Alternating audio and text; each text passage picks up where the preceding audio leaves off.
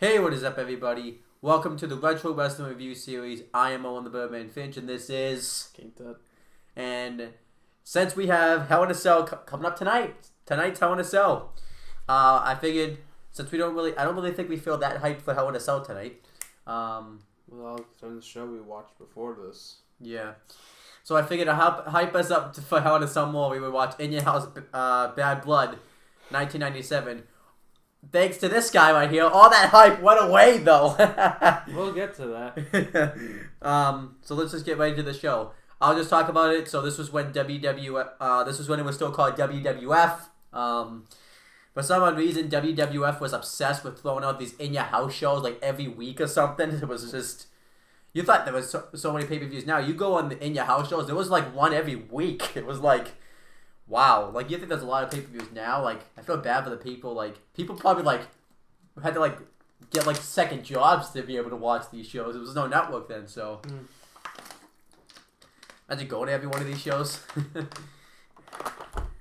Alright, get started. What's the first one? So we had Jerry the King Lawler, Vince McMahon, and Jim Ross on commentary. Let's say where they are now. Jerry the King Lawler is a part-time commentator, pretty much. We know where Vince McMahon is. He still runs the company. This was at a time, though, where they made it known that he was somehow in charge of the company, but they didn't let you know that he owned the company. So they were kind of going in that direction. And Jim Ross is also a part-timer. He turned into a part-time company. But anyhow, let's get to... Jim Ross is big, but what the hell? Yeah. Something the man's weight. Alright, so we had the first match on the show. It was a handicap tag team match. It was the Nation of Domination. The only members that it was... They couldn't see that, John. The only members that it was Rocky Maivia, Kama. I think it was just Kama. I don't think he was Kama Mustafa at this time. And D'Lo Brown versus the Legion of Doom. Originally, this was supposed to be a 6-man tag team match. However, Ken Shamrock was injured during a Intercontinental Championship tournament match, which we'll get to that build-up between Farouk, so he got taken out of this matchup. Originally, I thought they were going to have like a mystery partner, but the Legion of Doom said that they'll just face him in a handicap match. So we had the handicap match. It was a solid handicap match. Nation of Domination looked pretty strong in this match. You could clearly see that they were, because Rocky Maivia, I believe, had just turned heel not that long ago and joined up because the WWF actually was smart here and realized that Rocky Maivia wasn't getting over as a face and turned him heel. I wish that could happen now. I wish they'd turn another Samoan heel. Yep. So, and obviously, so Rocky Maivia joined the Nation of Domination. And, yeah, it was a solid tag team match, a solid handicap match, the typical stuff. The heel team dominated, I believe it was Hawk for a while. Yep. Then Animal made the hot tag. They went for their Doomsday device. However, Farouk made his way down to the ring. And there was so much chaos that everybody just kept taking each other out. Then Rocky Maivia hit the rock bottom, which didn't have a finishing name at the time, on Animal. No, not Animal. It was Hawk for the win. And the Nation of Domination goes over. Made sense. You're building up a faction. They must go over. If only another stable that did this could have won the match years later. So. Well, let's see where they are now. So Animal is retired. Yep. Hawk is unfortunately passed away. He passed away in 2001. Yep. D'Lo Brown, I think, is in Independence. Yeah, he was just fired. Or TNA. He was fired from TNA in 2013, like right when he joined the Aces and Eights faction. Speaking of factions, we also have Kama Mustafa is, I think, on a legend contract with WWE. Yeah, he became the Godfather. Not long after this, actually, being the Godfather. And Rocky Maivia is The Rock. Yeah, he's the biggest star in Hollywood now. Yep. And with Farouk, we'll get to him later because he's having a match later. Yeah. But overall, this match was pretty decent handicap match. I'll give it 2 stars. 2 stars. Yeah, right team went over. All right, so you could talk about this next thing. So we had a special. Well, I don't want to say a special announcement, but fortunately, the one bad thing about this show was you can talk about what happened. Brian Pillman just passed away on this day the show happened. It was like that afternoon, they said. Yeah. drug overdose. It wasn't as specifically certain yet, but that's what they was believed to be, and that actually ended up what it being. Yeah. It was very sad. He was supposed to face Goldust on this show, but because he died, it didn't happen.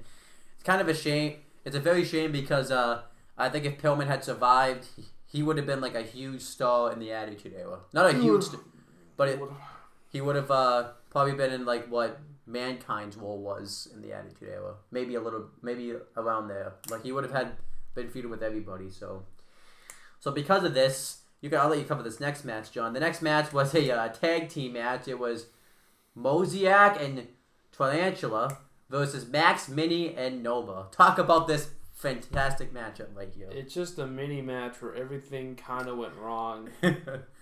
I'm guessing they didn't have a lot of... If you've ever seen a mini match, exactly what you thought of this whole thing. Botched arm drag, botched drop kicks. Yep.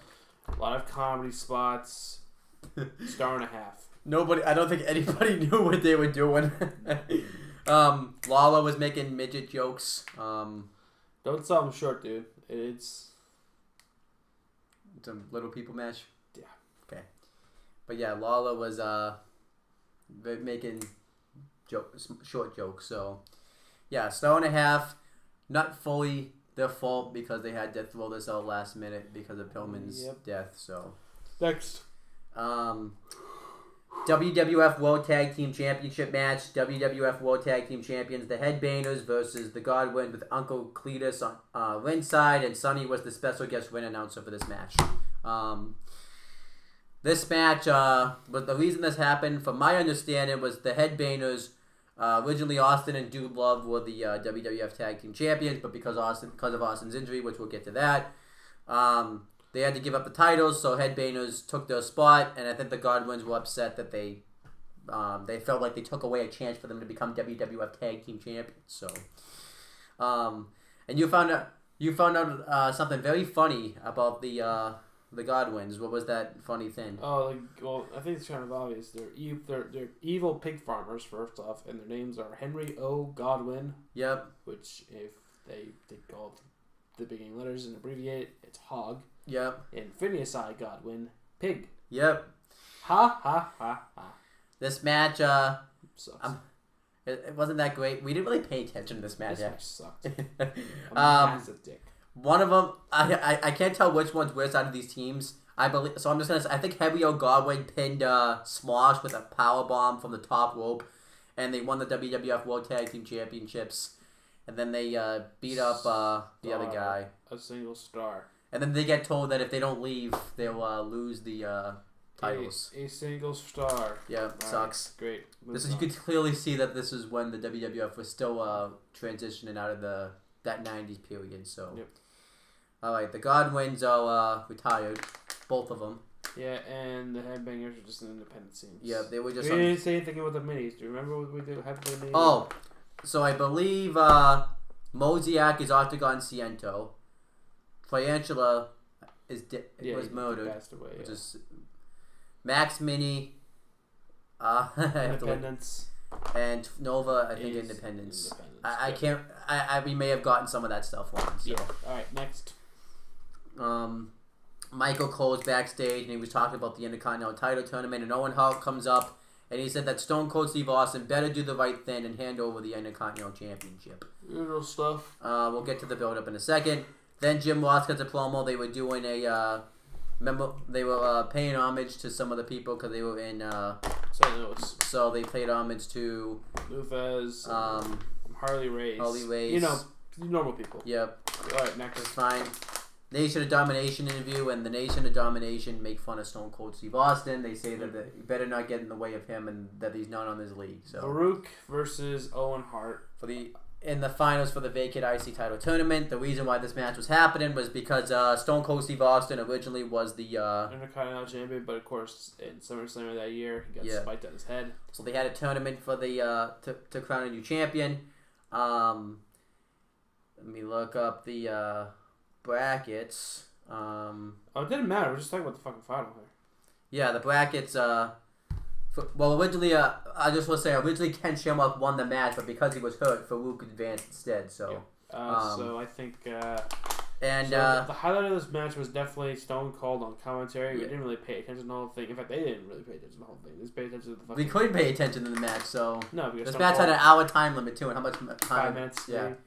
Maybe. And then Farouk got hit in the head with a title belt because Yeah. Austin hit him in the head with a title belt, and Owen won. And Austin just said He's supposed to hand the title to them. He just threw it in there. Yeah, and left.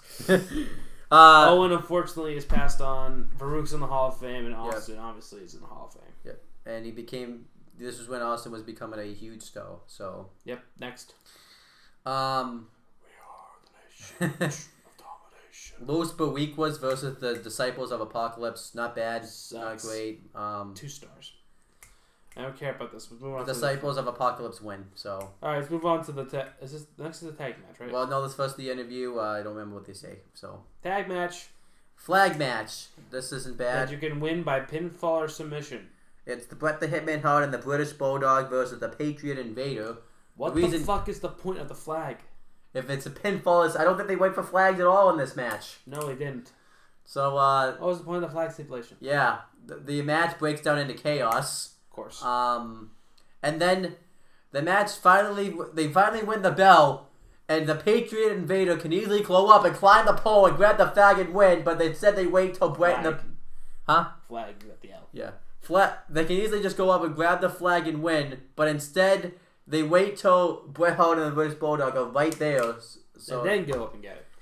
Idiots they all are. Then for some odd reason, this is supposed to be a no DQ match, but it's just a regular tag match. Hart and the British Bulldog dominate the Patriot for a while. They get him into a figure 4 leg lock around the post. I always like that move that Bret Hart does.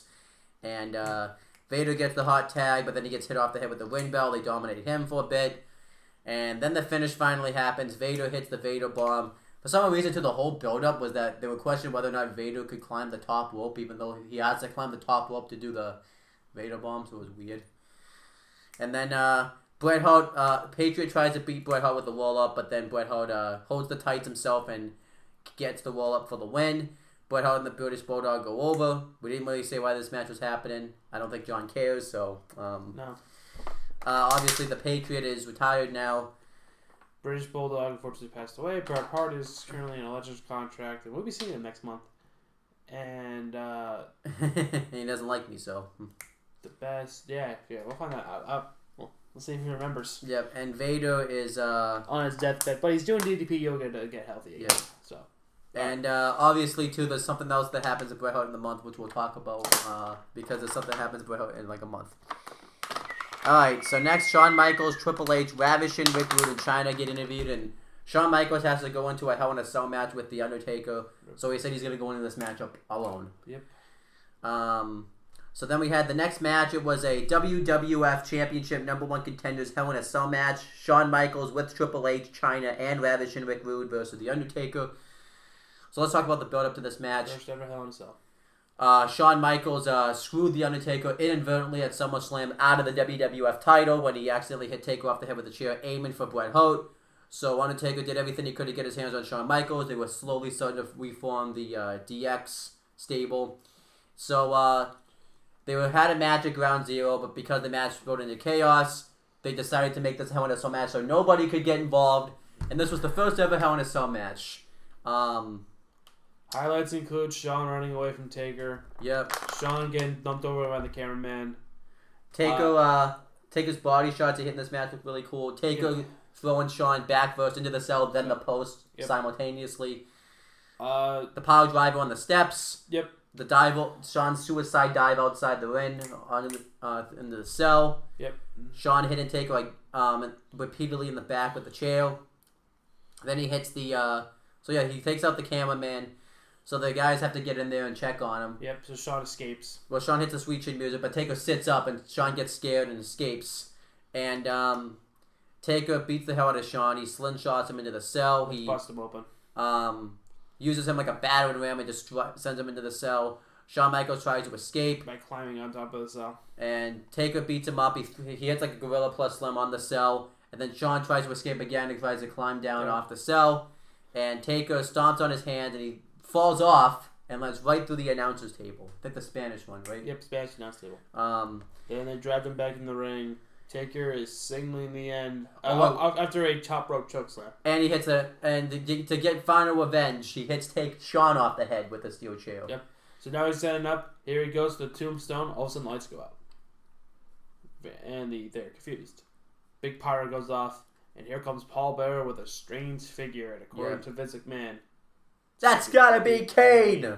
Because Paul Bearer, by the way, for months had been talking about how Kane was coming. Kane is alive, Undertaker. So, Vince McMahon really sold the debut, by the way. You gotta give him credit for that. Because, one of those great calls. And, back to you, McMahon. Kane, rips the door right off its hinges. Yep. Takes out the ref, gets in the ring. Taker is shocked about what he sees. I don't know if he knew this. I'm assuming he knew this was Kane, so. Yep, and he hit. He does his pyro, the first time ever he does it. The shock of the Undertaker. Gets hit with the tombstone.